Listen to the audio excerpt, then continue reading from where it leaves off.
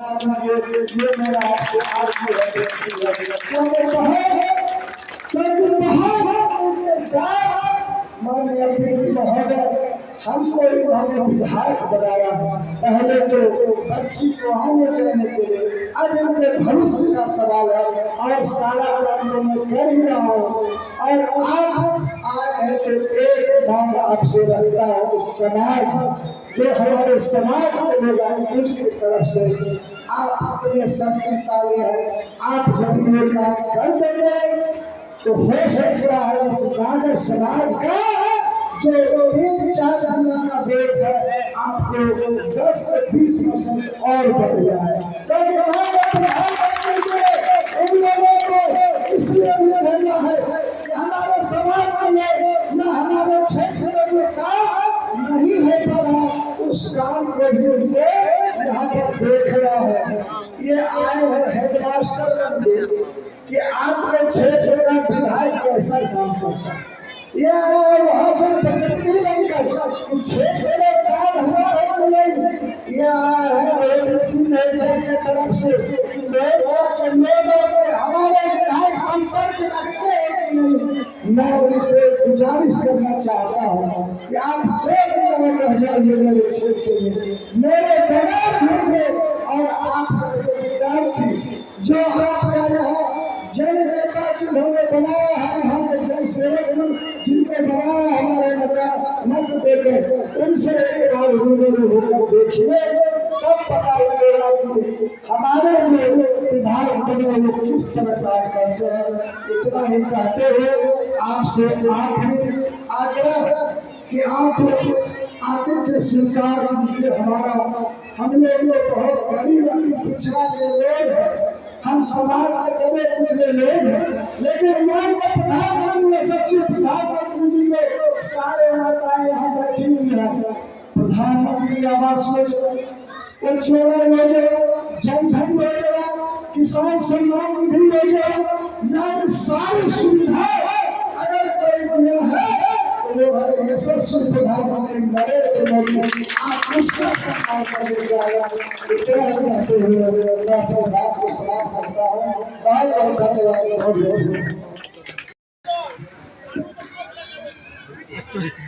मेरे साथ एक बार जोर से दोनों मुट्ठी ऊपर उठा के हाथों को बोलेंगे भारत माता की, भारत माता की, नरेंद्र मोदी जिंदाबाद, जिंदाबाद जिंदाबाद, नरेंद्र मोदी जिंदाबाद।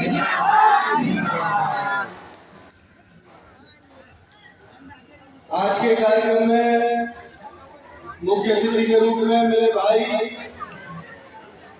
प्रिय ओम प्रकाश बहाना जी, यहाँ के लोकप्रिय यशस्वी और बहुत मेहनती विधायक इंजीनियर कुमार शैलेंद्र जी, भाई सुजीत राणा जी, प्रोफेसर गौतम जी, बबलू चौधरी जी, शशि भूषण यादव जी, दीपक चौधरी जी, संतोष जी, अरुण चौधरी जी, रंजन जी, पिंटू जी, इंजीनियर गौरव जी, मीना जी, संजय शर्मा जी, ब्रजेश शर्मा जी, जितेंद्र जी, अरुण जी, भुवनेश्वर शर्मा जी, महाराज शर्मा जी, बाबूलाल शर्मा जी, बिजलेश जी, अजय शर्मा जी, राजीव जी, और यहाँ बैठी बहुत बड़ी संख्या में हमारी माताएं बहनें, आपके चरणों में निवेदन करता हूँ, अपना प्रणाम करता हूँ। हमारे बुजुर्ग, मेरे बड़े भाई के रूप में बहुत से लोग बैठे हैं, मेरे साथी और छोटे बच्चे। कुछ आगे बात करूं उससे पहले मैं एक चीज जानना चाहता था। हमारे विधायक जी ने हमें पटना से लिया, शैलेंद्र जी ने, और पटना से लेके खगड़िया भागलपुर होते हुए और यहाँ तक हमको लेके आए, इस गांव में भी लाए। उससे पहले 3-4 जगह और कार्यकर्ता वहाँ पे भी ले गए और उन्होंने बताया कि एक बार काम जो है मैंने अभी सड़क बनवाई, मैंने अभी एक पुल बनवाया, यहाँ बच्चियाँ जो है गाँव से जाती थी स्कूल पार करके जगह नहीं थी, वो पुल बनवाया। तो मैं आपसे पूछना चाहता हूँ क्या विधायक जी सही बोल रहे हैं? विधायक जी ने जो जो बात हमको बताई कोई झूठी बात तो नहीं बताई। और आप लोगों ने विधायक जी को जब के वोट दिया था तो फिर एक वादा करिए, जब विधायक झूठा नहीं है, विधायक काम करने वाला है और विधायक मेहनती है, तो अगली बार इससे भी बड़ी संख्या में इनको वोट देंगे। वादा करिए आप।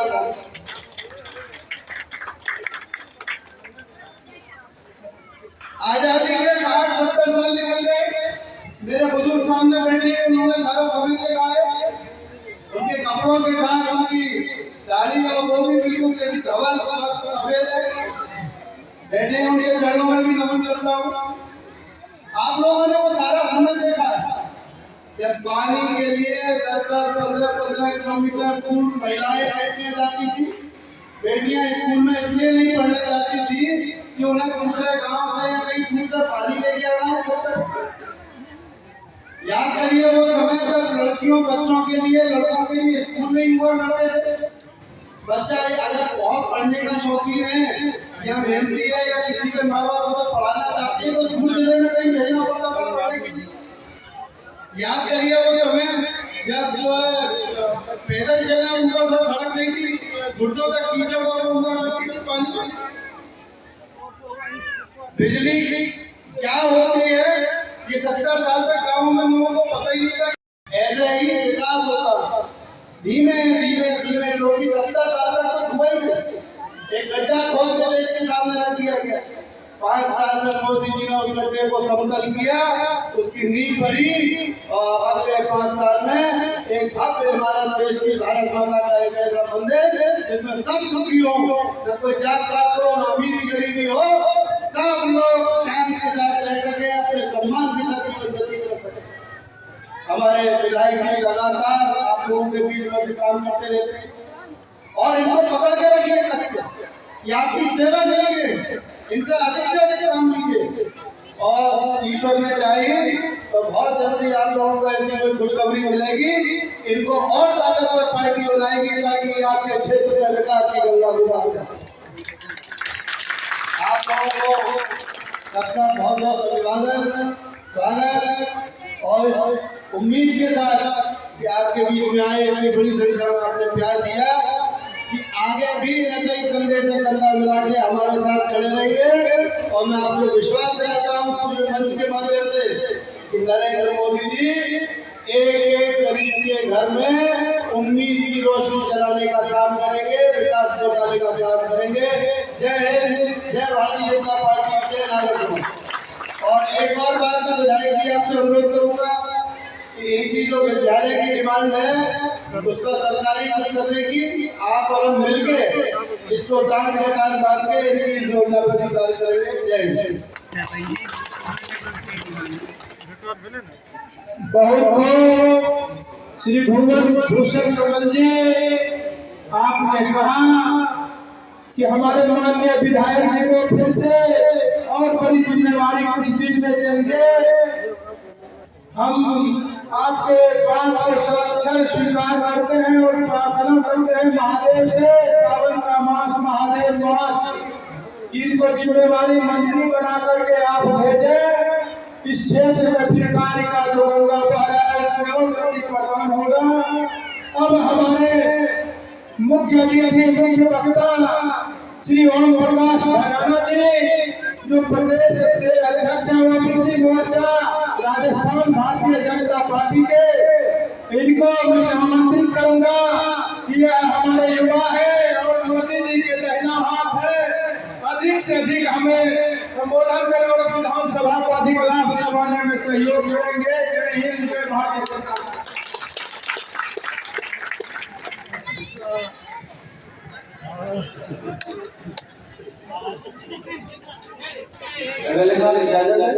जी जी राम राम साहब, राम राम माता जी राम राम। मैं जब आया था आपसे राम राम करी थी तो भैया मैंने आप जैसी मेरी भी माँ, लेकिन 2 साल पहले भगवान जी ने उनको बुला दिया तो आप लोगों को देख कर मुझे मेरी माँ याद। राम राम साहब। राम राम। क्या बात है, यहाँ बिहार में राम राम नहीं करते हैं, हमारे राजस्थान हरियाणा मेरी माता है, देखो ऐसा है हम अजमेर से हूँ, हम राजस्थान वाले फापा बांधते हैं, डोगरी बांधते हैं, और हमारे यहाँ दस्तूर है कि आमने साहब से मिल जाता है तो राम राम करते हैं, फिर राम राम साहब वहाँ पर भाई अगर मुस्लिम भाई भी होगा ना और गाँव का है तो वो भी राम राम बोलेगा, राम राम साहब। इसलिए एक बार जोरदार भगवान का नाम लेना है, बोलो राम राम साहब। राम राम साहब।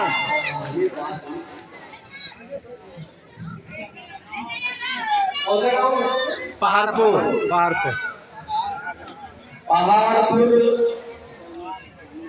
के इस गांव में आसपास के 7-8 गांवों से इकट्ठा हुए तमाम इस लाभार्थी सम्मेलन में उपस्थित जन समूह के बीच में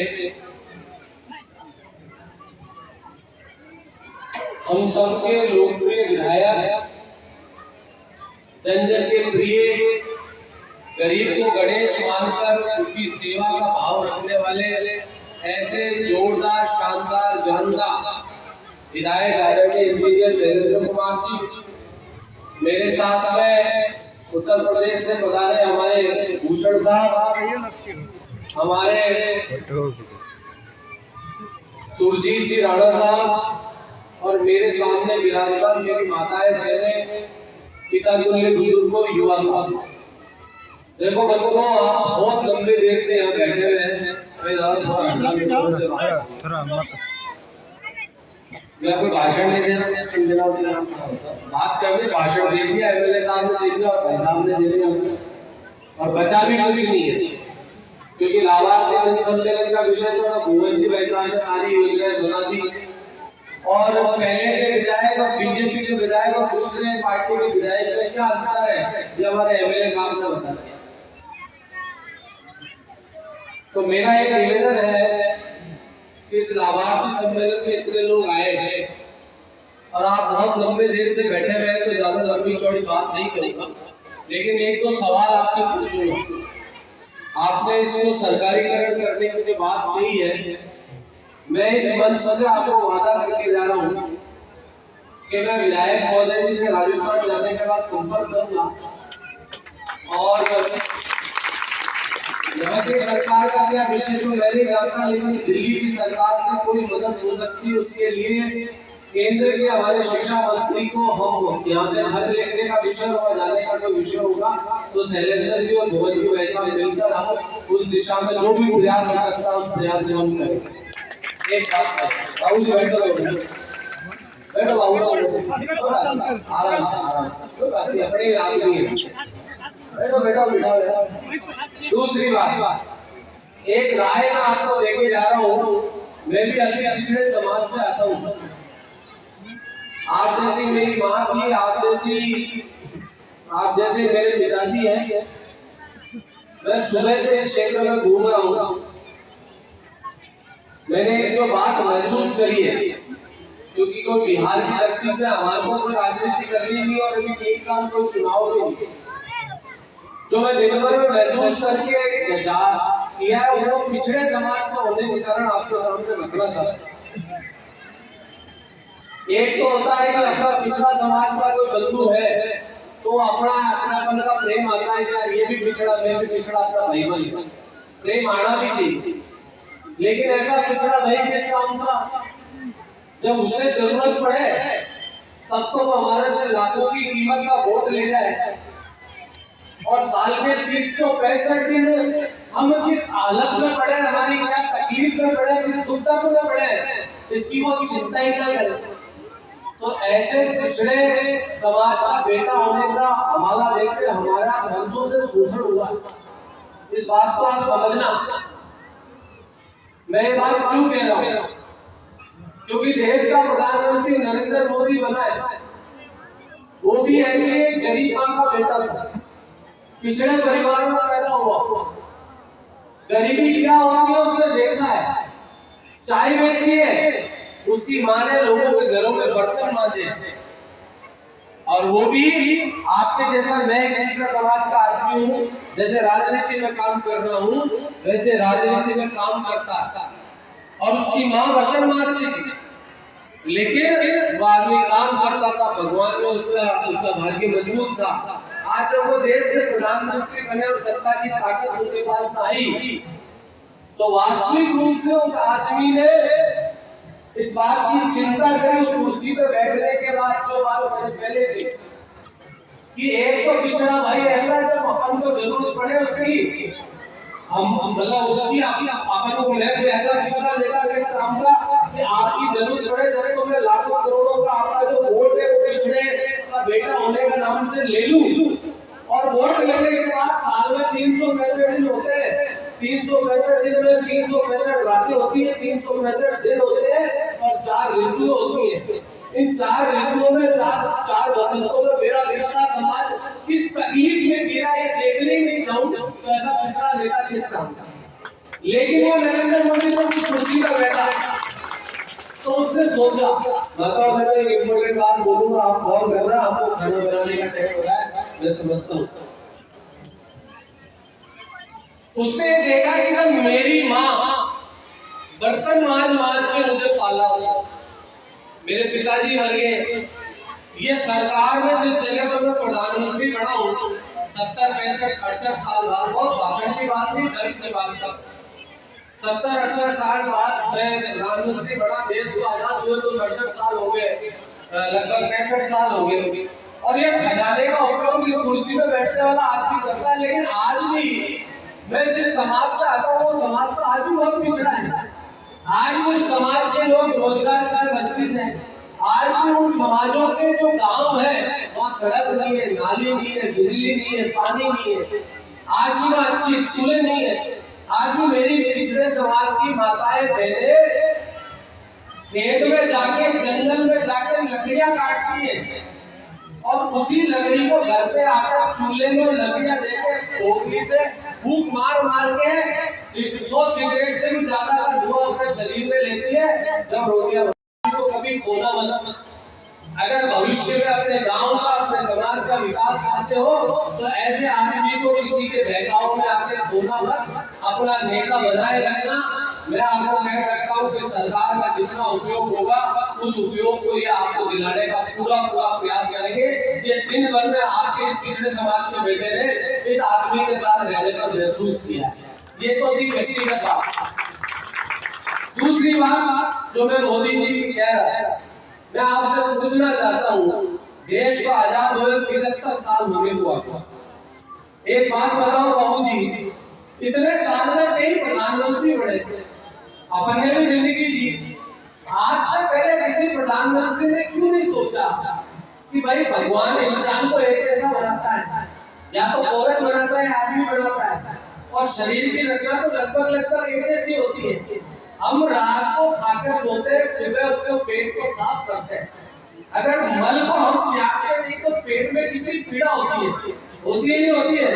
मैं माताओं की तरफ इशारा नहीं करूंगा क्योंकि अपने शर्म की बात है, इसलिए होती है कि नहीं होती है। तो आप सोचो 70 साल में कभी किसी नेता ने ये नहीं सोचा कि देश में आधी आबादी उस महिला विभाग में की है जो दिन का उजाला होने के बाद रात के अंधेरे का इंतजार करती है। अगर उस बीच में मल त्याग की पीड़ा उसके शरीर में आती है तो दिन भर उस पीड़ा को भुगतती है और अंधेरा होने के बाद खेत की पालका की तरफ जाती है और रात को दूर रोशनी में 4 बाती की गाड़ी की अगर रोशनी पड़ती है तो उस माँ को कितना शर्मिंदा होना पड़ता है। मल त्याग के वक्त वो खड़ी हो जाती है। उस माँ को इज्जत देने का काम 70 साल में किसी व्यक्ति ने सोचा क्या? पहली बार किसने सोचा? बात बहुत छोटी सी है, घर में टॉयलेट बनाना। माताओं समझना आती है बात बहुत छोटी सी है, एक कमरे का टॉयलेट बना दिया सरकार ने, उसके पैसे दे दिए, आपने बना दिया। मोदी जी ने केवल टॉयलेट बनाने के लिए टॉयलेट का योजना नहीं चालू करी। मोदी जी के दर्द ये था कि इस देश के इतने साल में कई सैकड़ों प्रधानमंत्री आए, इस देश का आधी आबादी मेरी माताएं बहनों की है। वो माताएं बहनें दिन भर अंधेरा होने का इंतजार करती है और रात का अंधेरा होने के बाद लोटा लेकर जंगल में जाती है और उस जंगल में जाने के बाद अगर किसी की रोशनी पड़ जाए मल त्याग कर उस माता को खड़ा होना पड़ता है। कितना अपमान उस माता बहनों को भुगतना पड़ता है। मैं मेरी हिंदुस्तान की माताओं को इज्जत देने का काम करूंगा, हर घर में शौचालय बनाने का काम करूंगा। बात 15,000 का पहले बनाने की नहीं है, बात इस देश की मां को सम्मान देने की है। अगर यही बात इस नरेंद्र मोदी ने दी, इसके साथ साथ क्या सोचा कि बरसात आ जाए, गर्मी आ जाए, सर्दी आ जाए, वो माँ बहन जंगल जाके लकड़ियां काटती है, वो गीली लकड़ी को भी चूल्हे पे दे देकर उन बच्चों को उस धुएं को अपने शरीर में लेती है और बच्चे को अनाज से रोटी खिलाती है, उसको शिक्षा दिलाती है, देश का भविष्य बनाती है। 70 साल में इतने लोग प्रधानमंत्री बने, बात छोटी सी है, बात बहुत छोटी सी है, लेकिन कभी किसी प्रधानमंत्री ने देश के मुखिया के माताओं में हाथ से कह रहा हूँ, सोचा क्या कि वो माँ पहले रोज बड़ा बड़ा टीवी पे ऐड आता है, सिगरेट पीने से फेफड़े खराब हो जाते हैं, बीड़ी पीने से फेफड़े खराब हो जाते हैं, लेकिन मेरे भले सरकार के मालिकों वो माता बहना जो रोज 200-400 सिगरेट को रोटी बनाने के चक्कर में शरीर में ले लेते,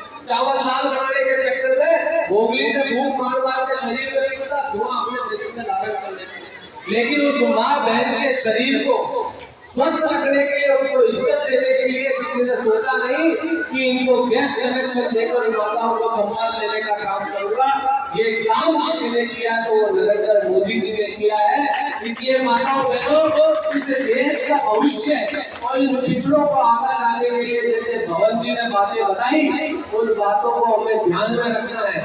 और पिछड़ों का समय आया है, इसलिए पिछड़े समाज के लोगों 70 साल से आप पीछे रह गए। पहली बार किसी पिछड़े का बेटा देश का मुखिया बना है और वो धीरे धीरे हिंदुस्तान के पिछड़ों को, चाहे वो रोजगार की दृष्टि से हो, चाहे वो शिक्षा की दृष्टि से हो, चाहे वो विकास की दृष्टि से हो, चाहे वो संपन्नता की दृष्टि से हो, देश के पिछड़ों को आगे लाने के लिए नरेंद्र मोदी मजबूती से काम कर रहे हैं। लेकिन कहीं ना कहीं बीच बीच में कुछ लोग अपनी दुकानें जिनकी बंद हो गई, वो षड्यंत्र रखकर मोदी जी को बदनाम करने का षड्यंत्र रचते हैं। इसलिए तो मैंने पहले कहानी बताई थी कि पिछड़े का बेटा होने का हवाला देकर वोट ले जाए, लेकिन साल के 365 दिन में मेरा पिछड़ा परिवार कैसे है इसकी चिंता ना करें। ऐसे पिछड़े के बेटे के चक्कर में नहीं आना है। जो हमारी चिंता करेगा वही वास्तव में पिछड़े का बेटा होगा। आज देश के नरेंद्र मोदी जी पिछड़ों को आगे लाने का लिए काम कर रहे हैं। आप कल्पना कर सकते हो, आजाद भारत के अंदर 18,000 गांव ऐसे थे जिन्होंने कभी लड़कू नहीं देखा। आजादी के 70 साल बाद भी 18,000 गांव ऐसे थे। मोदी जी ने उनको लाइट पहुंचाने का काम किया। अब अंतिम में 1 मिनट की बात और कहकर समाप्त करूंगा। ये बात पिछड़ों से जुड़ी हुई है। बंधुओं, एक बात और, हम पिछड़े हैं। 1947 में देश आजाद हुआ। माताएं मेरे शायद कम समझेगी या पढ़े लिखे कोई बुजुर्ग है, उस बात को कहने से पहले एक बात और कह देता हूँ। हमारे बच्चे बच्चियों को पढ़ाते ना माताएं, बेटियां पढ़ती है नहीं पढ़ती है? पढ़ती है पक्का। देखो ऐसा है, हमारे एक बुजुर्ग है पटेल जी राजस्थान, वो बेटियों को पढ़ाने के मामले में क्या कहते मालूम है? अरे बोले यार ये सब बावड़े हो गए।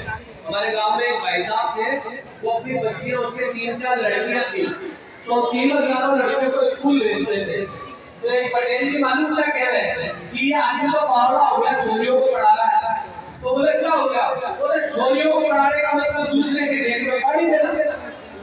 समझ में आई? छोरियों को पढ़ाने का मतलब दूसरे के घर में पानी देना। अरे मतलब ये है कि छोरी बड़ी हो जाएगी, ब्याह करके तो अगले के घर में जाएगी, इसको पढ़ा के क्या फायदा? अरे मेरे घोड़े आदमी वो ऐसे बोलते हैं।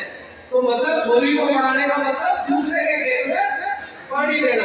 अब ये भोली कौम को समझाओ, अरे भाई पढ़ी लिखी बेटी देगा किसी को तो पढ़ी लिखी बहू तो लाएगा ना। जिस घर में पढ़ी लिखी बेटी होगी वो पढ़ी लिखी बेटी दूसरे को देगा तो वो पढ़ी लिखी बहू भी लेके आएगा। और एक पढ़ी लिखी माँ 100 गुरुओं से ज्यादा बड़ी होती है। एक पढ़ी लिखी माँ 100 गुरुओं से भी ज्यादा बड़ी होती है। उसकी नौकरी लगी है बड़ी बात नहीं है। एक पढ़ी लिखी बेटी 100 गुरुओं से भी बड़ी होती है और 2 परिवारों को चलाती है। और सबसे बड़ी बात, ये आपके लिए नहीं, ये आपके लिए है। बाबूजी, भाइयों, साथियों, बेटी बेटी होती है, बेटी बूढ़ी भी हो जाएगी और उसको पता लग गया कि मेरे बाबा के चोट लग गई, तो 65 साल की बूढ़ी बेटी भी 4 दिन अपना ससुराल छोड़कर उस 80 साल के बाबा की सेवा करने आएगी। मतलब ये कि बेटा तो तब तक ही बेटा है जब तक माँ के लुगाई ना हो, और बेटी जब तक बेटी है जब तक उसकी अर्थी ना उठ जाए। इसलिए इस प्यारी बेटी को इज्जत देना सीखो, बेटियों को पढ़ाना सीखो। बेटी को पढ़ाने का मतलब दूसरे के खेत में पानी देना नहीं होता है। पढ़ी लिखी बेटी आप दोगे तो पढ़ी लिखी बहू लाओगे, पढ़ी लिखी बहू लाओगे तो वो पढ़ी लिखी बहू आपके घर का वातावरण भी बदलेगी, आपके घर की परिस्थितियां भी बदलेगी और उसमें भाग्य से आपका घर आगे बढ़ेगा। इसलिए बेटियों पे ज्यादा ध्यान दो, बेटियों को पढ़ाओ। आप में से कई माताओं बहनों ने हाथ खड़ा किया है, मेरा आपसे हाथ जोड़ के निवेदन है, कम खा लो, कम खेल लो। मैं मेरा उदाहरण देता हूँ आज, कहना तो नीचे लेकिन पिछड़ा समाज है। मेरे साहब सुन लो, मेरे एक बेटा और एक बेटी है, भैया इसको रिकॉर्ड मत कर। मेरे एक बेटा और एक बेटी है माता जी। यहाँ हम लोग आते हैं, इस तरह का बात बोल करके वोट लिए जाते हैं और बाद में मुकर जाते हैं। दूसरी बात आपने रखा कि बेटी पढ़ाओ बेटी बचाओ, आप लोग इनके पास से यदि खुश हैं तो इनको जोरदार तालियों से स्वागत करें। भगवान जी का स्वागत हमारे शिक्षक भारतीय जनता पार्टी के युवा कार्यकर्ता और भाई जितेंद्र जी का द्वारा होगा समापन। इस कार्यक्रम को सफल बनाने के लिए हमारे क्षेत्र के युवा साथी मातृ शक्ति